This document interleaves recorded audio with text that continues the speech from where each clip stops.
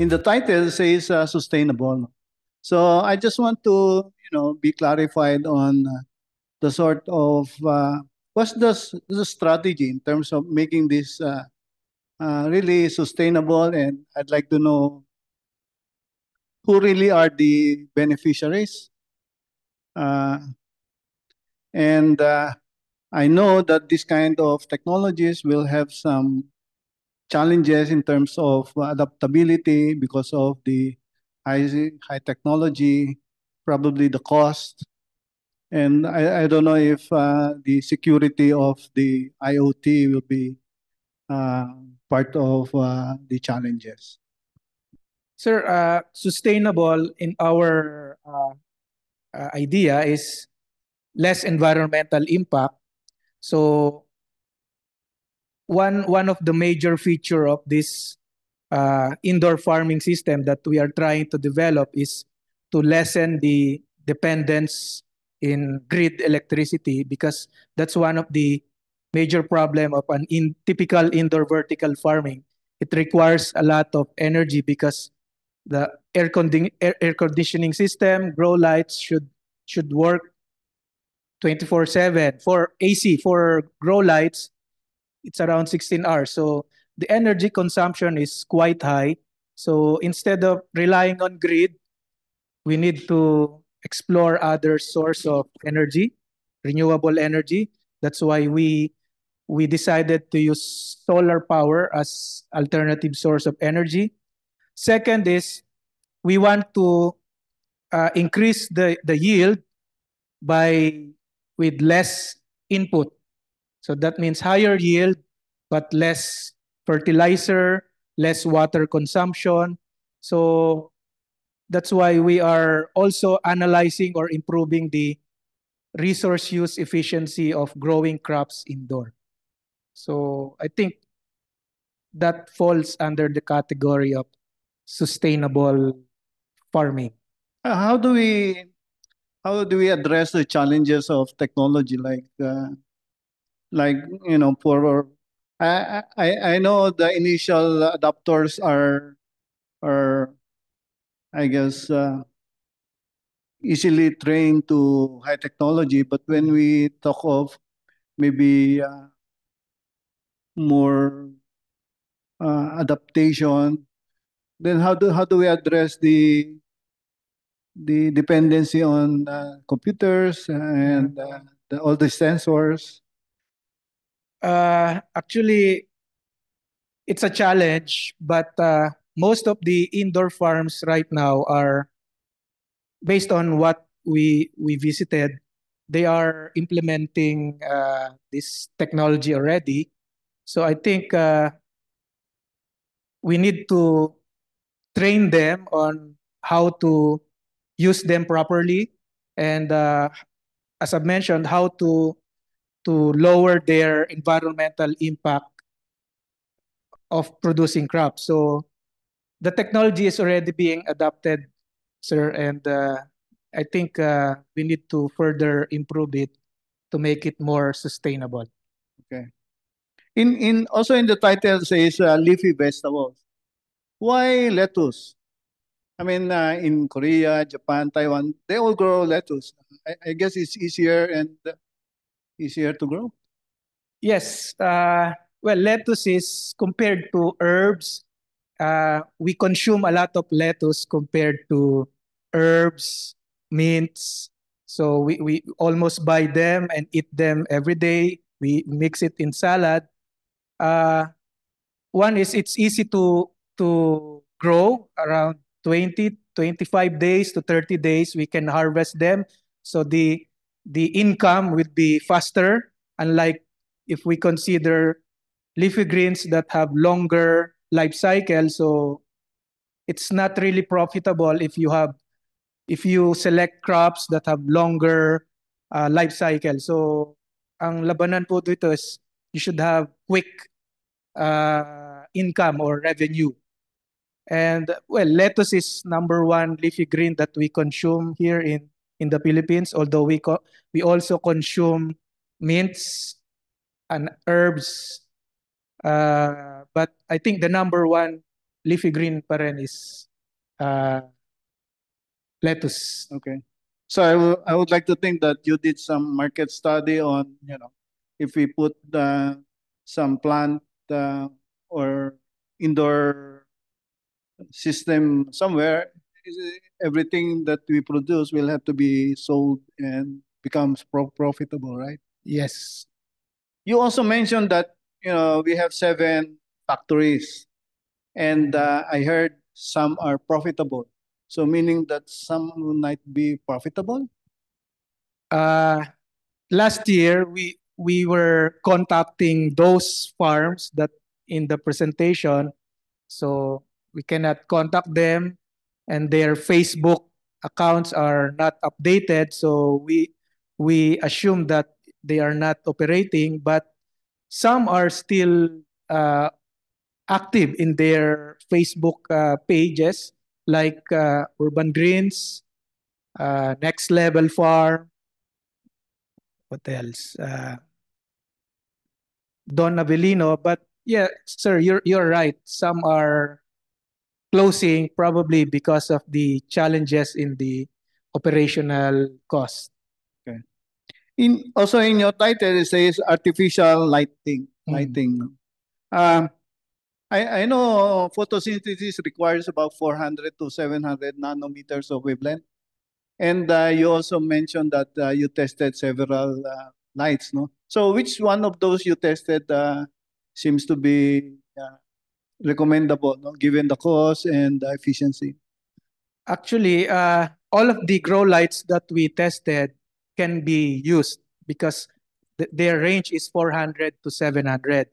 The challenge is finding the cheapest grow light.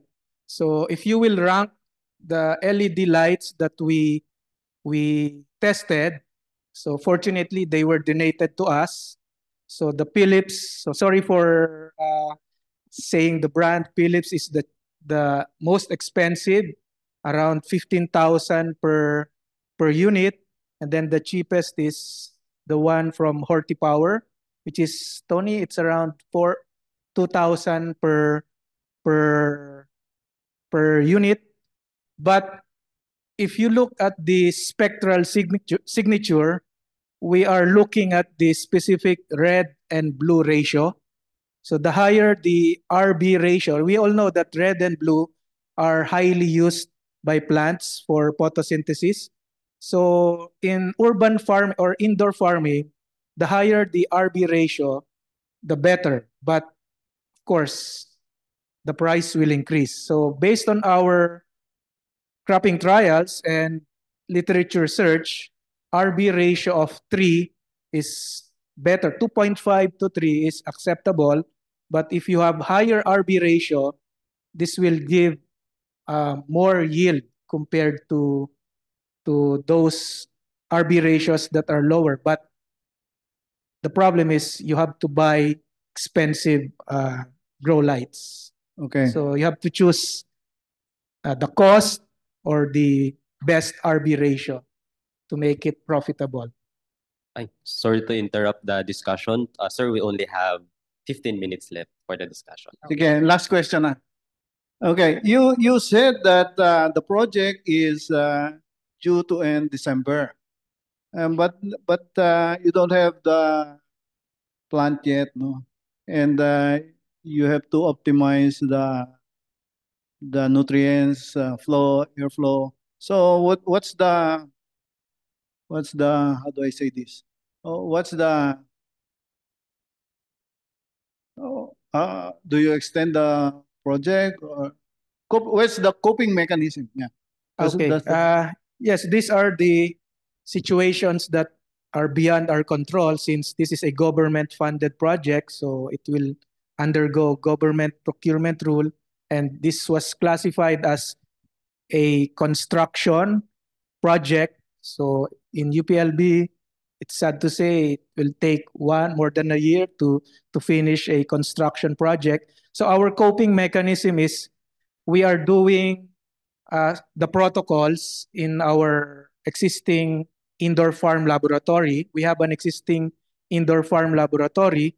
So we develop all the protocols And so we develop that. So once the indoor farm that we are constructing, so we'll be applying the protocols. And last option, if we cannot evaluate the productivity of the farm, we have to do some or request some extension from the funding agency.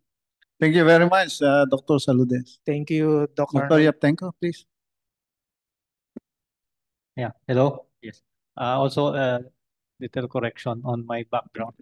I'm not in land and water, more of post-harvest engineering. Okay.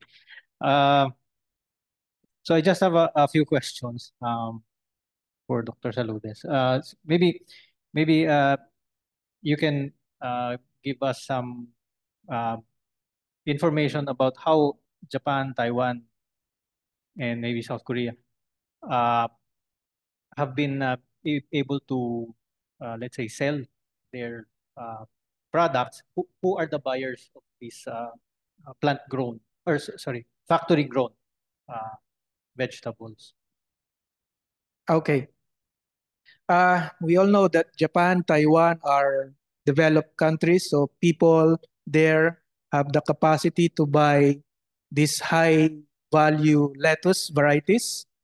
It's not really a problem for them to sell those lettuce or indoor grown crops at higher prices compared to outdoor or traditionally grown.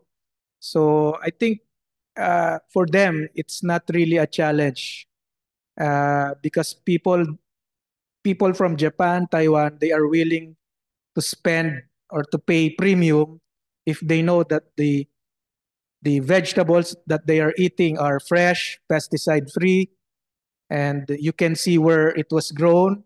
So that's the premium of that's the premium actually for that price that they are paying. Here, well, it's a challenge, but the target is not really the Class C or the masa, but the target here is the urban people from the urban areas, health conscious people who are willing to pay for the premium, who would like to eat fresh, nutritious food, high quality, something like that. And then my last question is looking at the breakdown of the energy consumption. As you mentioned, electricity forms a major portion of the energy requirement, and I'm guessing a lot of that is due to the air conditioning requirement. Are there, or have you been looking at possible measures to maybe offset what can be done to bring down the requirement for cooling? Maybe there are technologies existing to lower that requirement, aside from, of course, insulating the facility, but maybe there are some measures that can be done. Yes, actually, that's what we've been thinking before. We all know that air conditioning utilization is a must in this kind of food production system. Actually, it's 24/7 in operation. So we need the help of our, well, people from Doc Lipaño and Doc Kevin Yaptenko are experts from agricultural and bioprocess. Doc Arnold is my professor in refrigeration and air conditioning. Sir, anong grade ko kasi? So I think I'll be needing help from these people to explore other technologies to as an alternative to air conditioning system, probably underground or solar cooled system. But right now, and based on our benchmarking visits, they are still using the traditional air conditioning system. But in other country, electricity is quite cheaper compared here. So that's the difference. So we are open to exploring other cooling technologies for this system to increase its adaptability.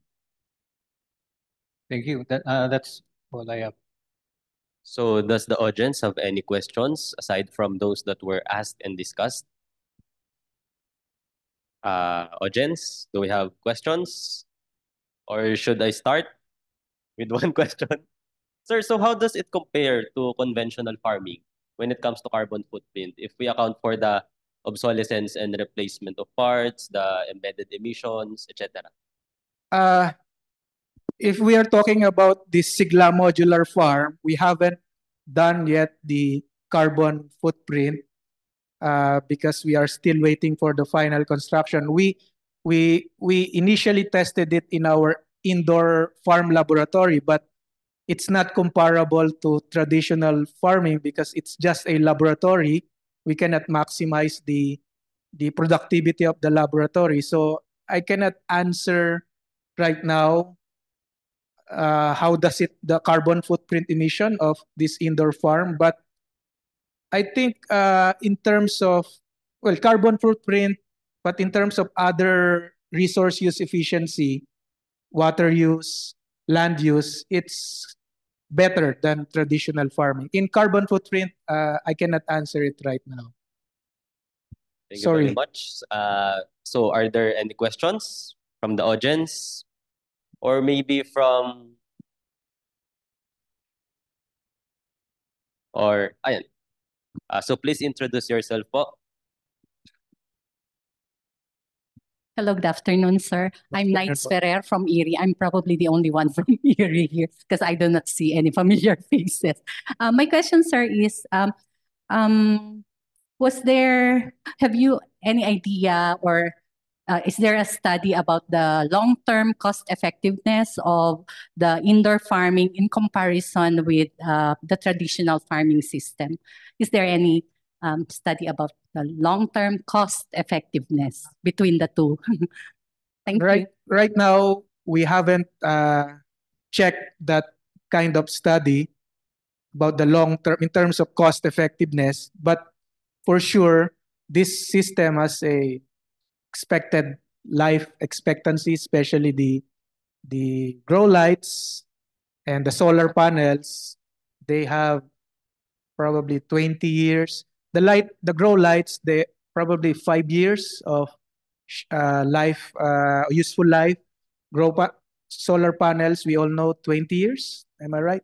20 years. So, but all in all, we don't have any information on the long-term, what do you call it, cost effectiveness. Sorry. Anyway, thank you, sir. We still have 7 minutes for questions. Just an interesting curiosity as human beings begin to fly in outer space. This certainly has a very applicable thing that could apply to that.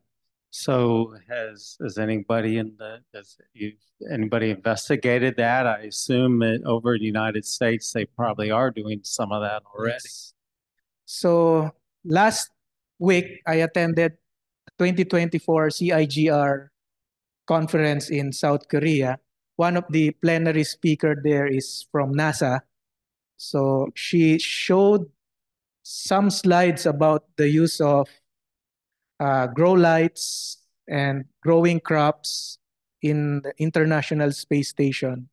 So the technology is actually, the grow lights actually started from space or from that kind of exploration until it was adopted here in Earth for indoor vertical farming. So there are already existing research on indoor farming for astronauts as supplemental food for them. So the challenge probably is irrigation, because when you drop the water, it will form into droplets. And I think those are the things I remember. But it's already a mature technology for space exploration inside the International Space Station.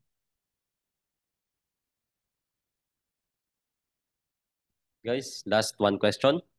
So, sir, please introduce yourself again.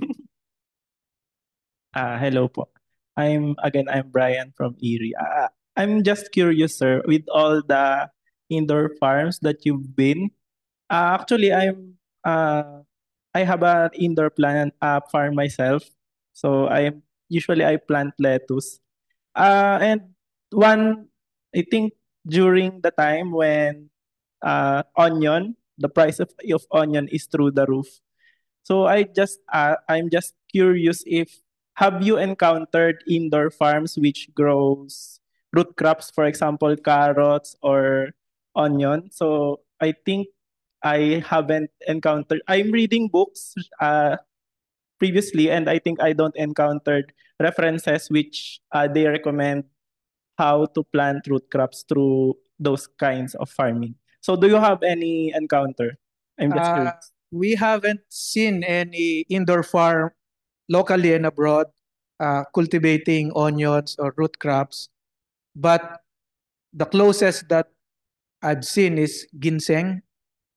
I think is it a root crop? I don't know. The ginseng, that part, the edible part, is submerged to the hydroponic solution. So I think that's the closest. And probably we can grow root crops via aeroponics. Instead of NFT or deep water, we can mist the root system. I think it's already an established technology, aeroponics for root crops, so you can explore that. But I think it's not really common for indoor farms because of the longer growing cycle, I think.